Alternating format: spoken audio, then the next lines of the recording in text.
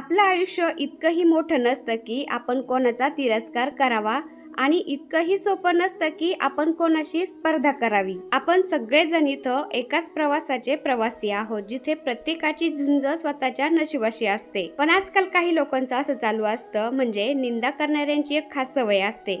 स्वतःचं आयुष्य रिकामं असलं की दुसऱ्यांच्या आयुष्याची मीटिंग घेत बसायची. काम काहीच नसतं हातामध्ये म्हणून शब्दांनी जग हलवायचा प्रयत्न करतात. त्यामुळे ही म्हण अगदी बरोबर आहे. भिंतीवर टांगलेलं घड्याळ नुसतं वेळच दाखवत नाही, तर ते आपलं आयुष्य पण हळूहळू पुढे नेत असतं. घड्याळाची प्रत्येक टिकटिक आपल्याला सांगत असते, थांबून काहीच मिळत नसतं. चालत राहिलं की वेळ आपल्याला साथ देत असते.